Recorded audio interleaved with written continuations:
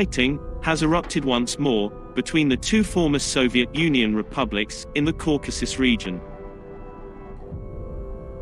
The tensions between Azerbaijan and Armenia are at its peak, with deadly attacks that shook the Armenian-controlled Karabakh. The fighting that broke out on Sunday, that is on the 27th of September 2020, surpasses the periodic escalations of recent years, involving heavy artillery, tanks, missiles, and drones. At the heart of the decades-old conflict is the Nagorno-Karabakh region. It is recognized as part of Azerbaijan, but it is controlled by ethnic Armenians. So far, there are more than 100 confirmed deaths among civilians and Armenian combatants killed in action. Azerbaijan does not release data on its military losses, but these can be assumed to be at least as high. The fighting appears to be driven by an attempt by Azerbaijani forces to recapture territories occupied by Armenian forces in the Karabakh War after the Soviet Union collapsed. Although they declared a ceasefire, they have never managed to agree a peace treaty. The Caucasus are a strategically important mountainous region in southeast Europe. For centuries, different powers in the region, both Christian and Muslim, have vied for control there. Modern-day Armenia and Azerbaijan both became part of the Soviet Union when it was formed in the 1920s. Nagorno-Karabakh was an ethnic majority of Armenian, but the Soviets gave control over the area to Azerbaijan authorities. And so Azerbaijan claimed these territories. Nagorno-Karabakh became part of Azerbaijan, but its population is majority Christian, while oil-rich Azerbaijan, majority is Muslim.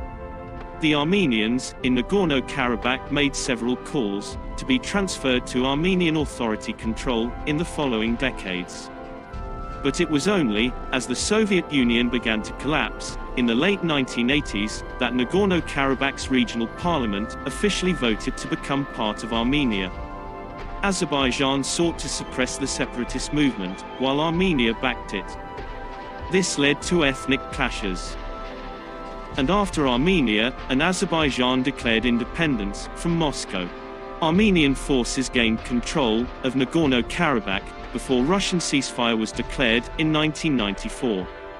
Since then, Nagorno-Karabakh has remained part of Azerbaijan, but is controlled by separatist ethnic Armenians, backed by the Armenian government. The countries fought a bloody war over the region in the late 1980s and early 1990s. Negotiations over decades, mediated by international powers, have never resulted in a peace treaty. What's behind the Nagorno-Karabakh conflict? The conflict between Armenia and Azerbaijan is over the disputed region of Nagorno-Karabakh and 7 surrounding districts, which are de facto controlled by the self-declared Republic of Artsakh, but are internationally recognized as de jure part of Azerbaijan. At present, Azerbaijan want to reconquer Nagorno-Karabakh. Azerbaijani President Ilham Aliyev said in televised remarks that Azerbaijan only have one condition. That is, Armenian armed forces must unconditionally, fully, and immediately leave the said lands. He said, if the Armenian government fulfills the demand, fighting and bloodshed will end, and peace will be established in the region.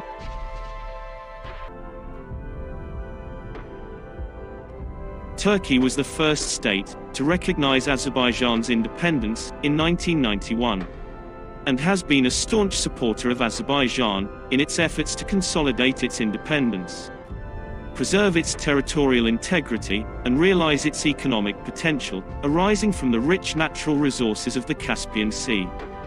Turkey, now providing moral and diplomatic support to its fellow key geostrategic partner, Azerbaijan.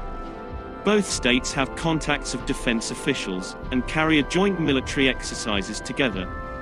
Since the fighting started, Turkey has declared its unconditional support to Azerbaijan and appears to be lending various kinds of military capability. there is little doubt that highly regarded Turkish military drone technology is being deployed.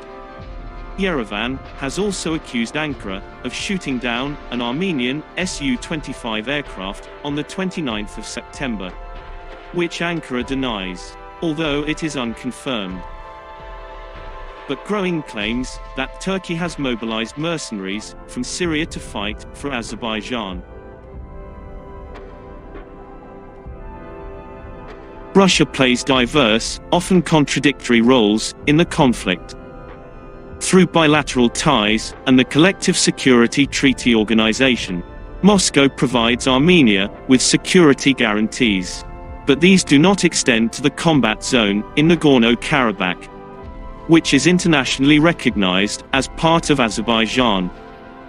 Moscow also supplies weapons to both sides, and is one of the co-chairs of the Minsk group mediating the conflict. Russia is part of a military alliance with Armenia and has a military base in the country. However, it also has close ties to the government of Azerbaijan. Russia has called for a ceasefire, but unlike previous large-scale escalations, it has yet to convene a meeting of Armenian and Azerbaijani political or military leaderships. For as long as combat is contained to contested territory in and around Nagorno-Karabakh, the optics of preserving Russian neutrality make Moscow's overt involvement unlikely. However, a longer conflict, with increasing Turkish participation, would threaten Russia's dominance in an area it considers part of its sphere of privileged interests and invite a response. The manner in which the Armenia-Azerbaijan conflict is playing out makes it incumbent for India to pick sides. Armenia is an enemy for both Pakistan and Turkey, while Islamabad and Ankara themselves are India's biggest foes. So, for India, the enemy of an enemy is a friend. Also, Armenia remains India's friend that took India's side even after the abrogation of Article 370 and scrapping of Jammu and Kashmir's special status last year. Moreover, Moscow, an Armenian ally, is also one of India's biggest defense partners. As such, New Delhi's tilt amidst the ongoing conflict should be favorable towards Armenia for both strategic and diplomatic reasons. Pakistan support Azerbaijan in the ongoing war between Armenia and Azerbaijan over the disputed Nagorno-Karabakh. Recently, Pakistan has allegedly deployed its army to the war-torn region of Nagorno-Karabakh to fight Armenia alongside Azerbaijani troops. The third nation that is supporting Azerbaijan, besides Turkey and Pakistan, is Israel, which has shared a long-standing relationship with the country, but has extremely tense ties with Ankara and Islamabad.